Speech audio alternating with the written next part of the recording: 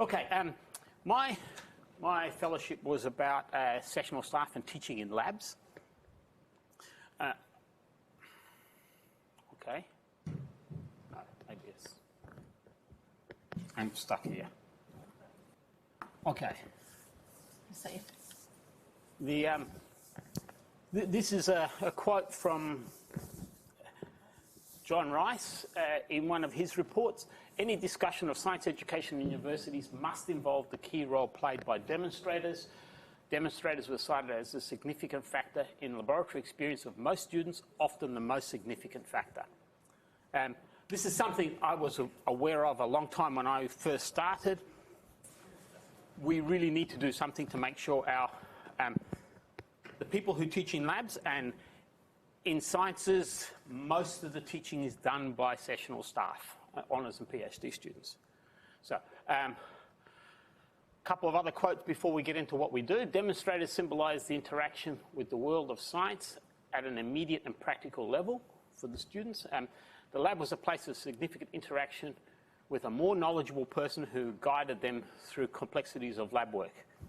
And demonstrators had the power to make a lab a great or a miserable experience. And this is something that we are well aware of. I know of people who said, I stopped doing chemistry because of blah in the lab.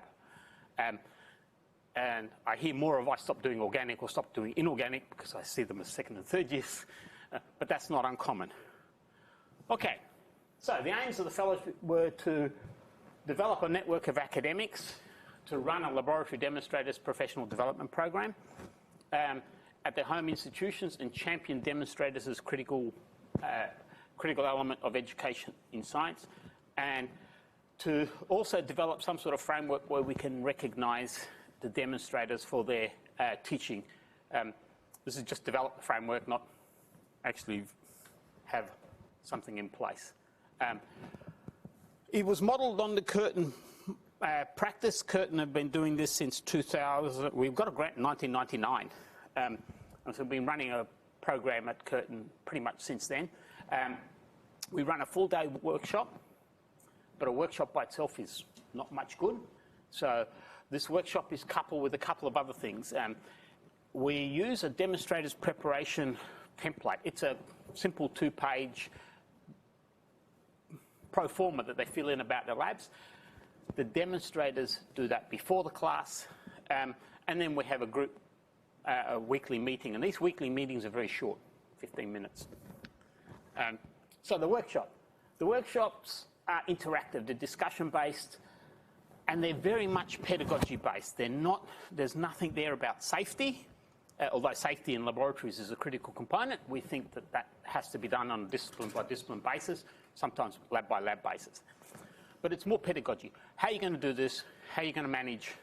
How do students learn? Why do we have labs? What is your role as a demonstrator? What are qualities of good and bad demonstrators? How do you manage student expectations? And your expectations are different. I was talking to... I've forgotten your name. Lynn, sorry. I'm getting senile. I know Lynn quite well, but my brain doesn't work. About knowing your audience. As a demonstrator, you're an honour student or a PhD student most of the times, very good in your discipline. But in chemistry, like many other sciences, most of our first years are not there because they want to major in chemistry. So you need to be able to be aware of where they're going. So they're the sort of things we go through. We obviously do assessment strategies. Here we have to do something about student integrity to let the demonstrators know what happens when you think the students are not behaving in an appropriate manner. The main part is pedagogy, and these come under 2 sections. One is understanding, learning and teaching.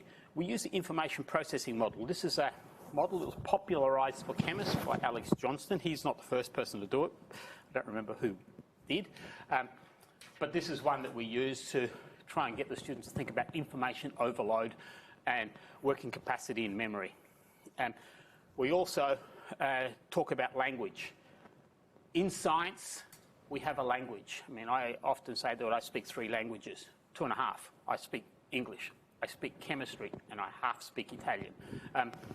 but we have a language. And this is something we work with the students to understand. If you're giving instructions, you need to be aware that you are proficient in that language, but your students are not.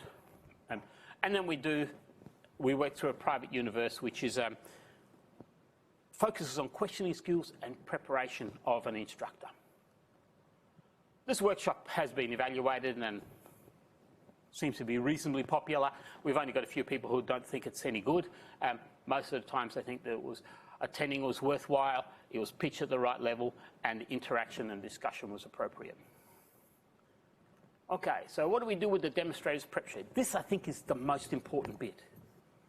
And it's a simple thing. I really don't like demonstrators' manuals where you give your new sessional staff, here's a manual of the lab program, here are what they're doing, and here are all the answers. I don't mind here is a lab manual, and here's what they're doing. I don't like the answers. I think as soon as you give someone, here are the answers, they say, I don't need to know it. It's in the book. So they don't get that. Every week we had a meeting, and they would send me the answers to these questions for each lab. I don't have time to read them all. They send it to me. I press the print button. I check that there's something in every box. I hand it back at the meeting. And we have a 15-minute meeting to discuss the key points. And the meeting is run by, I stand at the front, but most of the discussion happens by my senior demonstrators who've done this many times. I haven't taught in labs for years, so I don't know what happens most of the times in an intimate fashion as a demonstrator would. Okay, so this, they prepare, they send it to me. It doesn't take too long. Certainly doesn't take me that long to process it. But because they've come to the meeting now knowing what the experiment is, what the key objectives are, what potential problems are, they've got some ideas or some questions they could ask the students to get them to think about what's going on. The meetings are very quick, 15, 20 minutes maximum, and we've gone through the key issues. So we don't have long meetings that take up a lot of time. Usually I run 2 cohorts in the 1.5-hour session. And the agenda for the meetings, we have a feedback for last week. Last week, I've lost an S there. That's basically, this experiment didn't go so well, or this went well. On the prep sheet that they send in, there's also a comments coordinator. And some of this, particularly the comments from the prep sheet and some of the discussion, have led to changes in the way we've done experiments. So the demonstrators have a real role in the teaching and the design and running of the labs. We have changed the assessment processes because this cohort are good at this, so we focus on something else, and the other cohort can't do it. And particularly, like they might do the same experiment for people who are majoring in chemistry and people who are majoring in biology, and the mathematics skills are very different from both. So we may change the assessment process. But that's come from demonstrators. So, and the focus of the meetings on pedagogical content knowledge. How would you teach this concept? What process would you use, or what would you tell the students when they're learning about concept A in a lab? Now here, my experience plays a part, but also my demonstrators, the experienced demonstrators, are really valuable. They will talk about, I found that with these students, the best way to describe buffers is do this. And so we get a discussion going. Again, the meetings are short, but we're focusing on the key take-home messages and what we want the students to learn. And this helps develop in the demonstrators a concept that they have to think about how they teach. And from the good demonstrators, they soon learn that how you teach is different depending on who you are, but also different depending on your students and your classes. And so that helps build a community of practice. We meet together, experienced demonstrators who may have taught the unit 8 or 9 times, because we teach it each semester, to less experienced students who've just started. Okay, so we did a survey of our students. When we moved into our new building 9 years ago now, we surveyed the students for every experiment we were doing. The plan was that when we move into a new building, we've got an opportunity to revise our lab program. So we surveyed the students on the process for every lab, and we have a large number of students, so there's nearly 9,000 responses. And there's only 3% who thought the demonstrators weren't effective in supervision and guidance. I think that's a pretty good result. Okay, so what have we done with the fellowship? Part of my fellowship was to build this network. I've run a workshop at 8 different places around the country, and we've got some local champions. The names there are people who have taken on the mantle of running the demonstrator program or professional development program at their place. Some are discipline-based, so Ruben is from Edith Cowan, and he is in the biochemical sciences, so that's where he works. Dino's a chemist. Kate and David are from physics, but they've invited others around. Scott Solway from UNSW is chemistry, but he's trying to build that. USID's biology, and a few others. Deakin, UNE, and Monash are science. And Monash had a program already, but they've taken something that's a combination of what I was doing and what they had done. Okay, so that's the key side. There are some other places who've got workshops that they run. Adelaide and Flinders have got programs that I know quite well, and same as UQ.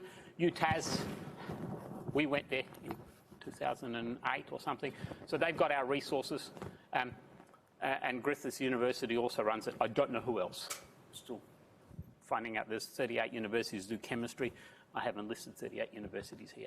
The plan of the thing was not so much to have a network ideally a network in every university, but if we've got at least a network in every centre, then people can come and invite. When I ran mine in Sydney, Scott Solway from UNSW helped me run the workshop for Sydney, because he was already up and running and capable of running the program. Okay, these a couple of other people have had a big influence in getting the Curtin program started. My local leaders I need to thank because they are keeping it going, and obviously the Office of OLT. If you want any information about what I use, or you've got people in your university, let me know and I'll pass them on. Okay, that's enough from me. Thank you very much.